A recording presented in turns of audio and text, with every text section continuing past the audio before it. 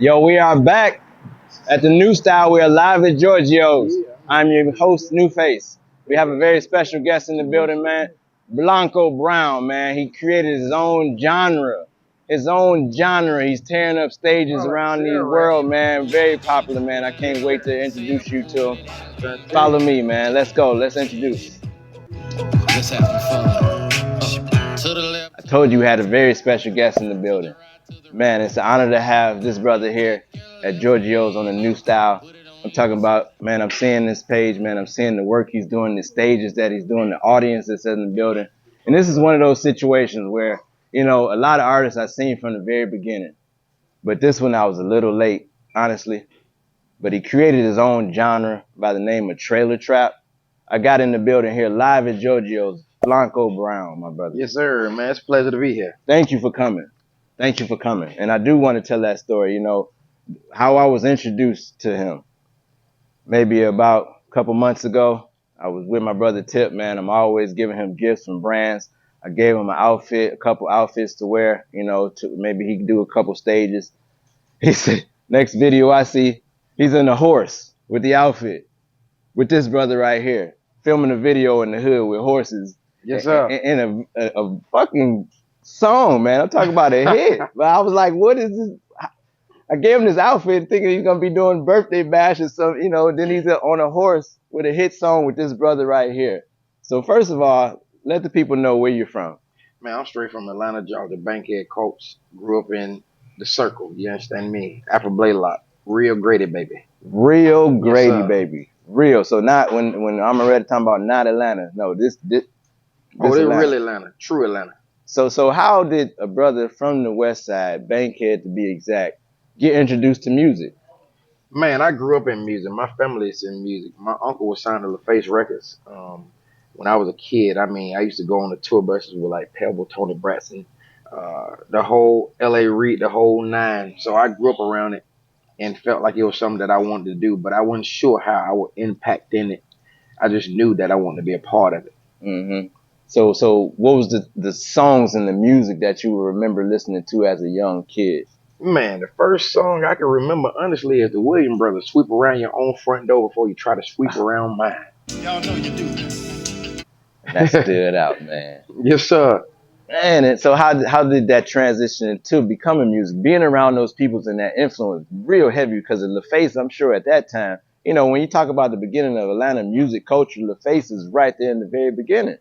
Yeah, they are, man. I mean, it was an impact on me that I never could get past. So here I am today creating music for myself and for other folks. So now, do you remember the first time that you hopped in the studio and were you pushed, or did you try to do this yourself, or were you the ones that didn't want to let your family know it was music? Was you all in and I'm doing this? What was that first process like? Man, I was a great background singer for my brothers. We had a group called Times 3. I signed my first deal when I was 7 years old. Wow. So you 7, Yes, sir. writing, in the production, watching the whole process at 7.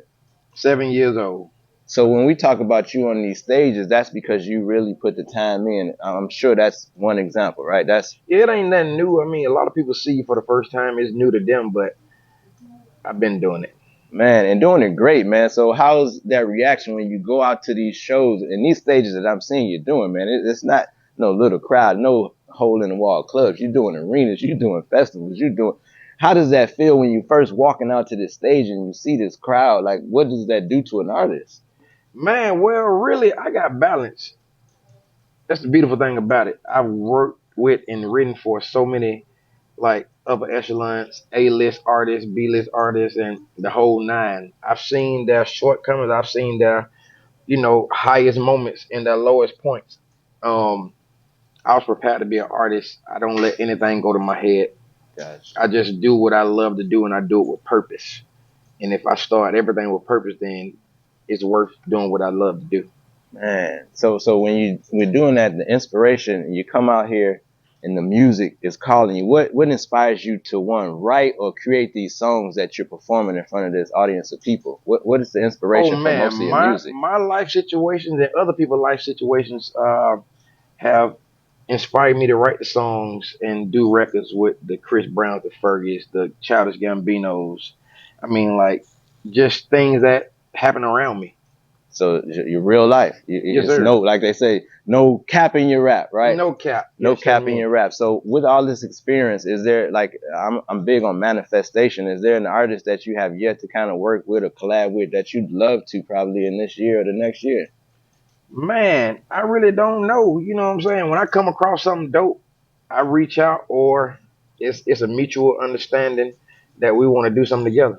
Gotcha, So I've gotcha. really been blessed to work with whoever I want to work with, and in the time frame that I want to work with them in. And you actually work with this gentleman right Yes, here that sir. created this genre called trap music. Yes, sir. And then if you look on your page, I see hashtag trailer trap. Yep. So how did this collaboration come together? Or how did you come to know this gentleman right here? Man, I've been around for a while. Young Dro, my cousin, and I was in, in the studios and stuff, but Tip still didn't put two and two together until this year, until we done something. Like, oh man, this whole time I ain't know. But my homeboy Hard Bottom, you understand me, my business partner, we do a whole bunch of great stuff together. He also on the road with me. He brought me in the studio, and I had like 2 or 3 records lined up. I played one for Tip when I was in the cut room at his spot, Super Sounds. Super Sounds. And god dang on, he was like, "What else you got?" I played him 3 records. He took the 3 records, and I mean, he turned around and sent me all 3 of them back in the same day. I said, "Okay, we on to something." So we ended up doing a whole EP. We got like 7, 8 records. Wow. Yep. Now and then the next time, I gave Tip a couple outfits, right? And I thought the video, like, I'm telling my friends, "Oh, Tip Waters is your video, and this is a new artist." Because now we family. Because now I'm forever in your video. But he took it a step further. Y'all did the halftime show to the Atlanta Falcons. I gave his brother a jacket. He wears it. Atlanta Falcons. Now, and you do the halftime show at the Atlanta Falcons, and you being from Atlanta. Tell me, how does that feel to be born and raised in Atlanta, to do the Mercedes Benz, being on that court in that field? How does that feel? Hey man, that's amazing.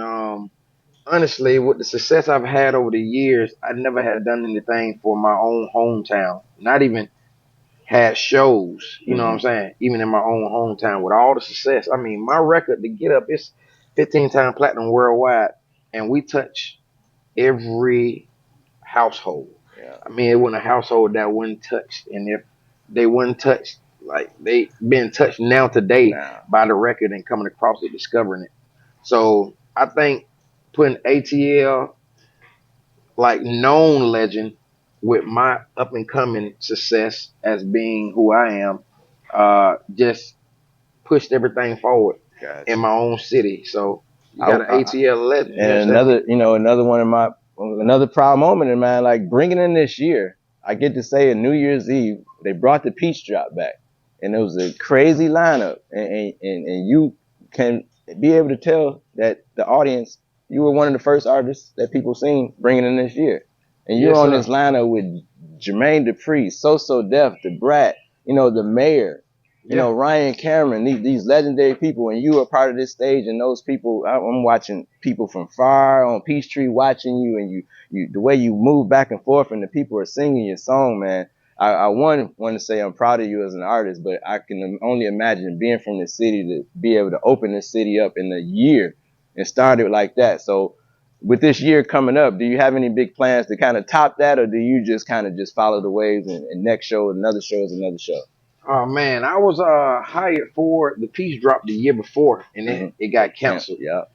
And then I came back last year, and did my thing. It was just a blessing, man. I mean, I don't really worry about how I'm gonna top anything.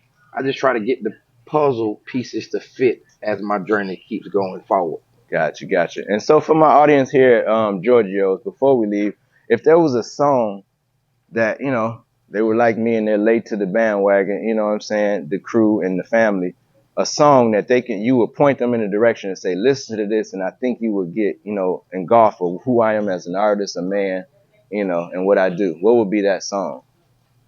Trap Still Bumping. Don't bump unless you're moving that work 7 days.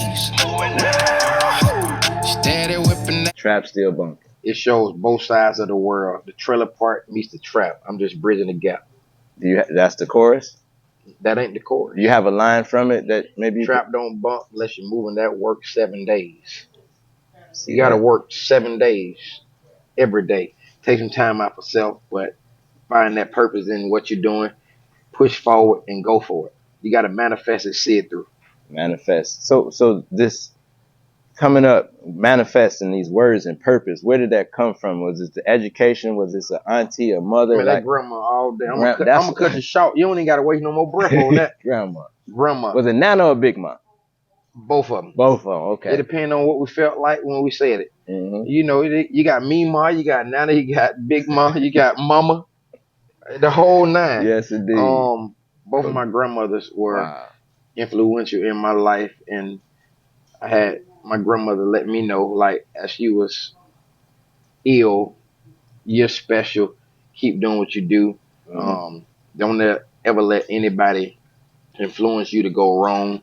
But I know you got a stern head and a stern heart, and you're gonna plant your feet where you need to. I just pray that God guides you through everything you're doing in your journey. That's a word, man. So shout out to the grandmas, man. You know, this generation, the grandparents is a little bit different, but man, shout out to your grandmother, my grandmother, and your grandmothers too as well.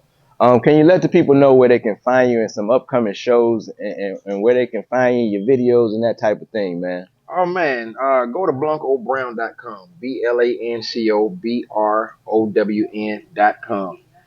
Look at the tour dates. It'll give you everywhere I'm gonna be, and we're still loading dates up. So just keep your eye out on it. And that's all my social media too. Blanco Brown Black. Thank you for coming in, my brother. Yes, sir. Love and respect. Let's go. You see it. NuStyle coming up next. Enemy necessary.